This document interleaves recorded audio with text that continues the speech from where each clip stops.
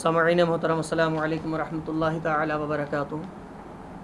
نحمدہ ونصلی علی رسولہ الکریم، اما بعد فاعوذ باللہ من الشیطان الرجیم، بسم اللہ الرحمن الرحیم۔ ان الدین عند اللہ الاسلام، صدق اللہ العظیم وصدق رسولہ النبی الامین المتین الکریم۔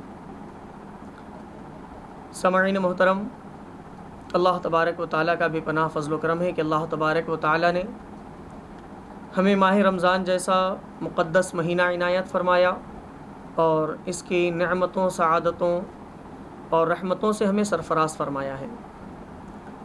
ماہ رمضان کا اختتام ہونے جا رہا ہے۔ ماہ رمضان کا اختتامی مرحلہ بالکل قریب آ چکا ہے۔ رمضان المبارک اپنے اختتام کو پہنچ رہا ہے۔ چند ہی ساعتیں ہیں ماہ رمضان کی ابھی۔ رمضان میں ہم نے اللہ تبارک و تعالیٰ کی عبادت کی، اس کے رحمتوں سے استفادہ کیا۔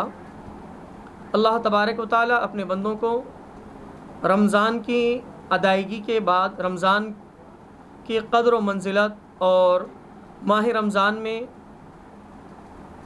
اس کی قدر و منزلت کرنے پر پروردگار عالم نے اپنے بندوں کو عید کی خوشیوں سے سرفراز فرمایا ہے۔ عید الفطر جیسا کہ اس کے لفظ سے ہی واضح ہے، عید کہتے ہیں خوشی کو، عید خوشی کا نام ہے۔ اللہ تبارک و تعالیٰ نے اپنے بندوں کو جو موقع عنایت فرمایا، ہمیں اس سے استفادہ کرنا چاہیے۔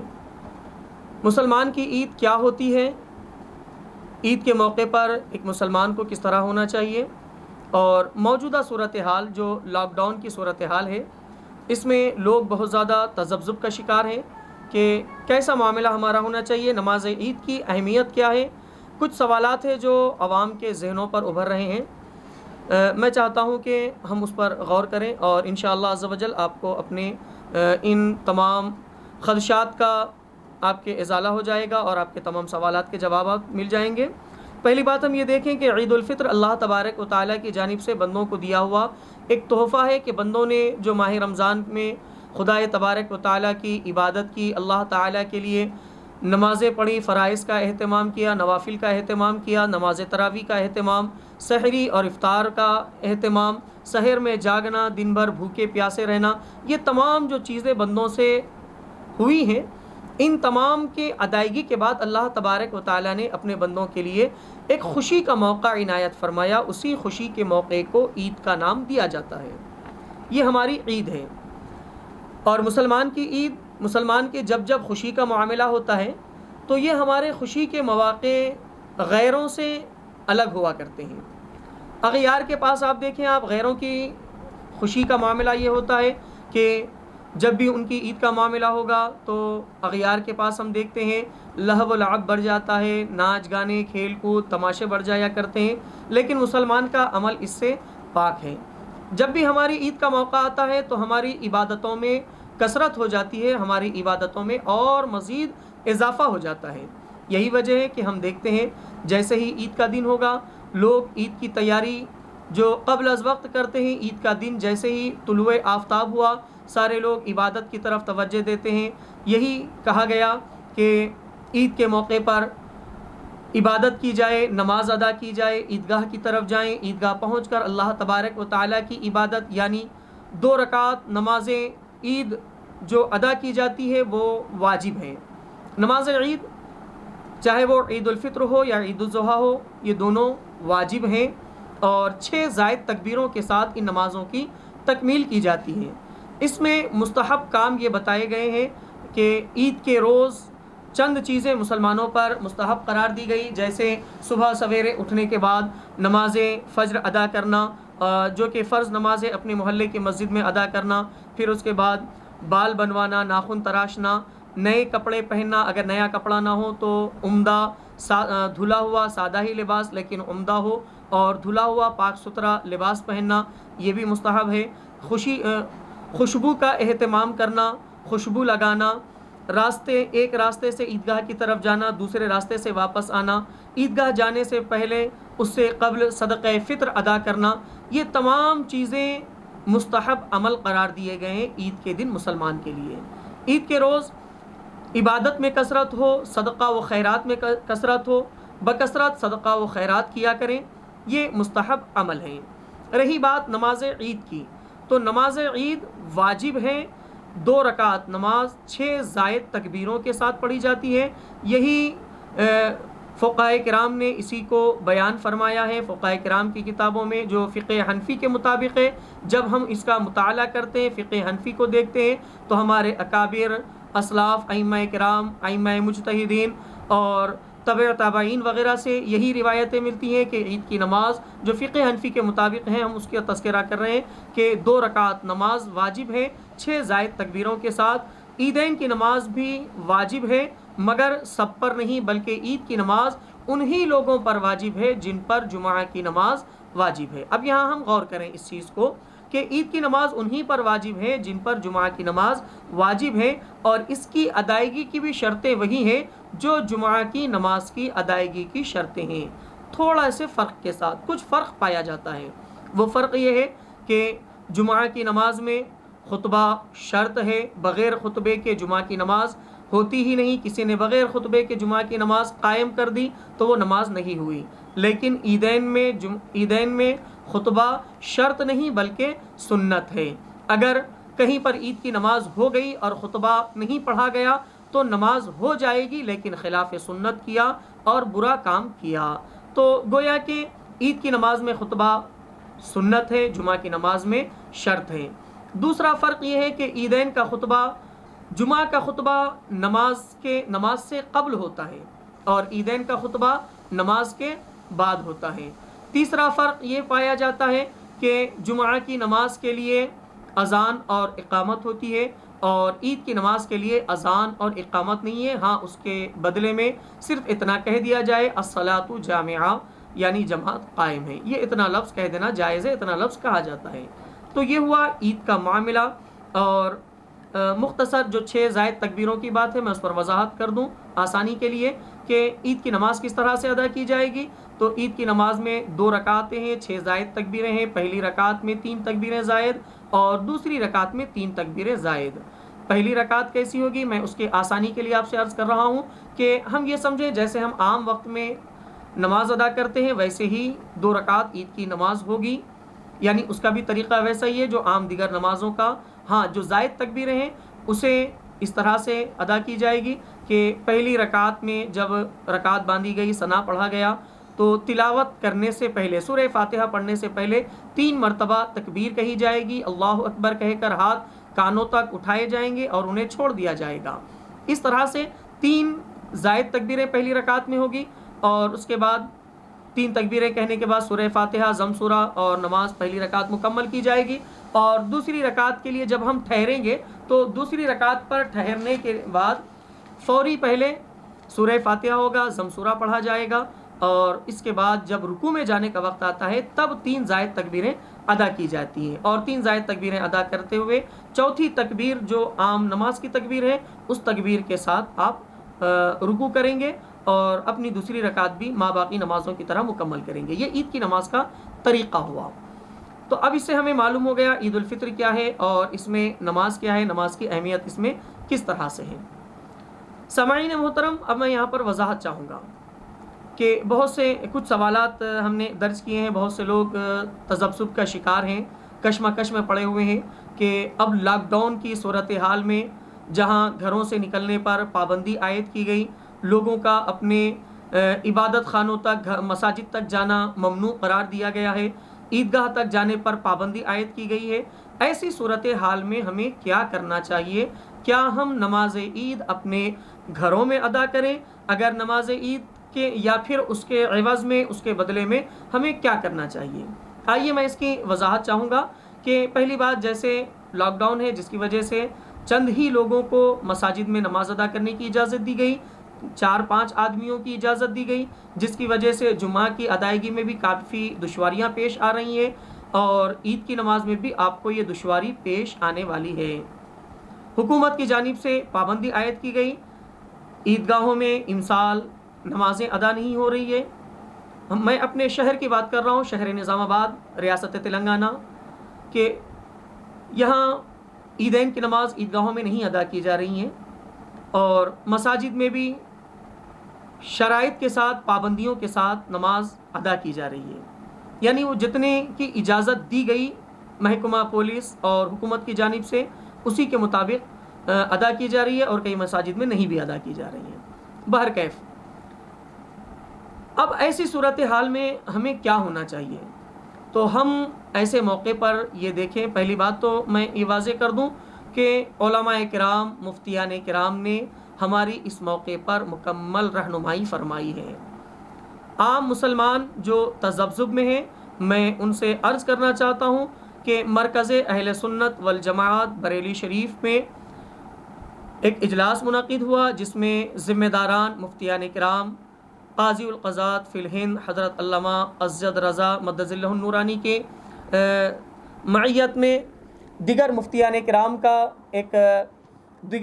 کرام کی شرکت سے ایک اجلاس بھی منعقد ہوا، جس میں کچھ چیزیں طے پائی اور تمام امت مسلمہ کی رہنمائی فرمائی گئی کہ عید کی نماز جب لاک ڈاؤن ہے تو اس صورت میں کس طرح سے ہمیں ادا کرنی چاہیے۔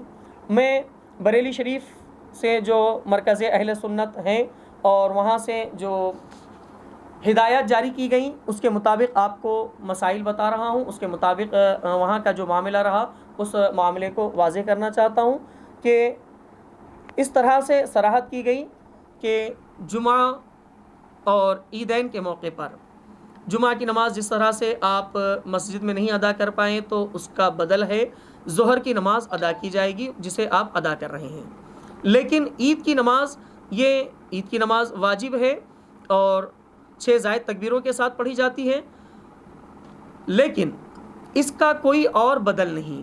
جمعہ کا بدل ظہر ہے، عیدین کا کوئی اور بدل نہیں۔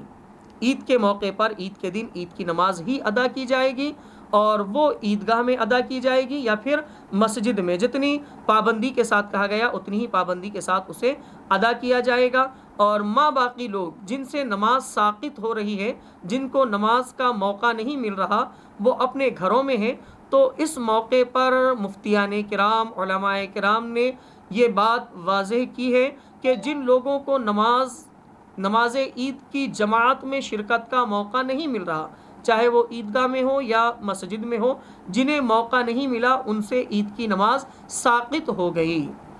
اب آپ عید کے موقع پر اس کا کوئی اور بدل نہیں۔ ہاں، مفتیان کرام نے فرمایا ہے کہ جب آپ کی عید کی نماز ساقط ہو گئی، آپ عیدگاہ تک نہیں جا سکتے ہیں اور مسجد تک بھی نہیں جا پا رہے ہیں، تو ایسے موقع پر آپ کو اپنے گھر میں چاشت کی نماز ادا کرنی ہوگی، جو کہ نفل نماز ہے۔ 4 رکعت چاشت کی نماز ادا کریں۔ عید کی نماز گھر میں نہیں ادا کی جا سکتی، اس کا سبب کہ جو شرائط عید کی نماز کے قائم کرنے کے ہیں وہ شرائط اذن عام اور جو دیگر شرائط عید کی نماز کے قیام کے ہیں وہ نہیں پائے جاتے۔ اس اعتبار سے آپ کو عید کی نماز مسجد یا عیدگاہ تک جانا آپ کا نہیں ہوا تو آپ سے عید کی نماز ساقط ہو گئی۔ ایسی صورت میں آپ اپنے گھر میں 4 رکعت نماز چاشت ادا کریں، جو کہ نفل نماز ہے، اسے آپ ادا کر سکتے ہیں، اور اس کا وقت بھی وہی ہے جو عید کا ہے، یعنی عید کی نماز جہاں شہر میں ادا ہو جاتی ہے اس کے فوری بعد آپ اسے ادا کر سکتے ہیں۔ اس کے اصل وقت کا جو تعین ہے اس کا سورج طلوع ہونے کے بعد، سورج ذرا روشن ہو جانے کے بعد، جیسے روزانہ جو فجر کی نماز کے بعد نماز اشراق سورج طلوع ہونے کے 20 منٹ کے بعد میں پڑھی جاتی ہے، اور اس کے بعد نماز چاشت بھی ادا کی جاتی ہے۔ اور یہ چاشت کی نماز ایسا نہیں کہ عید کا دن ہے اسی لیے چاشت ادا کی جائے گی، نہیں، عید چاشت کی نماز یہ روزانہ بھی پڑھی جا سکتی ہے۔ اشراق کی نماز اور چاشت کی نماز روزانہ پڑھی جاتی ہے۔ عید کے موقع پر جب آپ سے عید ساقط ہو گیا، آپ عیدگاہ اور مسجد تک نہیں جا پا رہے ہیں، تو آپ اپنے گھر میں علیحدہ عید کی نماز کا اہتمام کرنے کی آپ کو کوئی ضرورت نہیں، آپ پر یہ کوئی لازم نہیں ہے کہ آپ اپنے گھر میں ہی عید کی نماز ادا کریں۔ بہت سے لوگ اس میں تذبذب کا شکار ہیں، بہت سے لوگ یہ سوچ رہے ہیں کہ ہم گھر کے چند لوگ مل کر کیا عید کی نماز قائم کر لیں۔ برادران اسلامیہ، یہ طریقہ درست نہیں ہے۔ علماء کرام، مفتیان کرام نے اس پر تفصیلی گفتگو کی اور یہی نتیجہ اخذ کیا کہ اذن عام اور اور عید قائم کرنے کے جو شرائط ہیں وہ نہیں پائے جاتے، اس اعتبار سے آپ اسے نہیں ادا کر سکتے ہیں، اپنے گھر میں عید کی نماز نہیں ادا کر سکتے۔ اس کے عوض میں 4 رکعت چاشت کی نماز ادا کر لیں، اور اس میں چند سوروں کا تعین بھی کیا گیا ہے، جیسا کہ حدیث پاک میں سرکار علیہ الصلوۃ والسلام نے جو ارشاد فرمایا کہ اگر کوئی چاشت کی نماز عید کے موقع پر جن سے ساقط ہو گئی وہ پڑھنا چاہتے ہیں تو چاشت کی نماز ادا کریں، اور پہلی رکعت میں سورہ اعلیٰ، اور دوسری رکعت میں سورہ شمس، تیسری رکعت میں سورہ لیل، چوتھی رکعت میں سورہ ضحیٰ پڑھ لیں۔ اور اگر کسی کو یہ یاد نہ ہو تو آپ کو جو سورہ یاد ہیں، جتنی صورتیں آپ کو یاد ہیں، وہ 4 جو مشہور و معروف سورہ یاد ہیں، آپ انہی کو پڑھ کر چاشت کی نماز ادا کر سکتے ہیں۔ یہ ہوا عید کی نماز کا معاملہ۔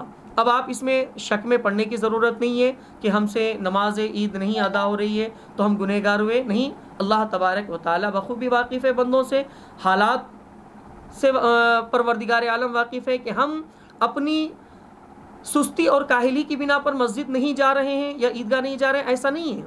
اگر سستی اور کاہلی کی بنا پر نہیں جاتے تو یہ گنہگار قرار پاتے ہیں۔ یہ جو موجودہ صورتحال ہے، یہاں آپ مجبور، معذور اور مضطر کے حکم میں ہیں۔ ایسی صورت میں آپ عیدگاہ نہیں جا پا رہے ہیں، عید کی نماز نہیں ادا کر پا رہے ہیں، تو پھر آپ پر کوئی گناہ نہیں ہوگا۔ اللہ تبارک و تعالیٰ آپ کو اس کا ضرور اجر اور ثواب عنایت فرمائے گا۔ سامعین محترم، میں ایک اور وضاحت چاہوں گا اس کے ساتھ میں کہ بہت سے لوگ یہ کوشش کر رہے ہوں گے ہمارے اسلامی بھائی کہ ہم کسی طرح مسجد میں جائیں۔ دیکھیے اس سے کافی دشواریاں پیش آ رہی ہیں۔ انتظامیہ کمیٹی جو مساجد کی ہے، انہیں بھی بہت سی دشواریوں کا سامنا کرنا پڑ رہا ہے۔ عوام کو منع کرنے کے بعد کثیر ازدحام نظر آ رہا ہے۔ الحمدللہ بہت سی مساجد میں اس پر پابندی کی جا رہی ہے اور پابندی کے مطابق عمل ہو رہا ہے، لیکن عوام جہاں پر زیادتی کر رہے ہیں وہاں پر مساجد والوں کو بھی کافی دشواریاں پیش آ رہی ہے۔ عوام سے ہماری گزارش ہے کہ آپ حضرات لاک ڈاؤن کی صورتحال میں امت مسلمہ کی بدنامی کا سبب نہ بنیں۔ اگر آپ کثیر ہجوم لگاتے ہیں کسی مقام پر اور خدا نخواستہ کرونا وائرس کے پھر پھیلنے کی خبر ہوگی، اب لگتا ہے کہ رمضان میں جتنی کچھ چھوٹ دی گئی تھی اپنے اپنے علاقوں میں گرین زون وغیرہ ہونے کی وجہ سے، ممکن ہے کہ پھر اس کے بعد کچھ پازیٹیو کیسز آنے لگیں اور اس کی وجہ سے کہیں ایسا نہ ہو کہ پھر یہ کہا جائے کہ مسلمانوں نے عمل نہیں کیا صحیح طرح سے اور پھر اس کے بعد بیماریوں کو پھیلا دیا۔ غیر مسلموں کو بھی یہاں پر نکتہ چینی کرنے کا موقع مل سکتا ہے۔ جہاں آپ نے رمضان میں سوشل ڈسٹینس کا پاس و لحاظ رکھا، گزارش ہے کہ عید وغیرہ کے موقع پر بھی اس کا پاس و لحاظ رکھیں اور اس طرح سے اپنے معاملات کو پورے کر لیں۔ یہ ایک پیغام ہے عوام تک ہمارا، اس پیغام کو آپ محسوس کریں کہ یہ جو باتیں بتائی جا رہی ہے موقع کی نزاکت کے ساتھ میں علماء کرام، مفتیان کرام کے مشورے سے اور ان کے فیصلوں کی روشنی میں یہ پیغام آپ تک پہنچایا جا رہا ہے۔ نماز عید کے لیے غیر ضروری پریشان ہونے کی ضرورت نہیں ہے۔ آپ معذور اور مجبور ہیں، ایسی صورت میں آپ اپنے گھر میں 4 رکعت نماز چاشت ادا کر لیں اور اللہ تبارک و تعالیٰ سے دعا کریں کہ پروردگار عالم اس مہلک مرض اور اس وبا سے ہمارے ملک کا تحفظ فرمائے، سارے عالم اسلام کو اللہ تبارک و تعالیٰ اس سے محفوظ فرمائے۔ السلام علیکم۔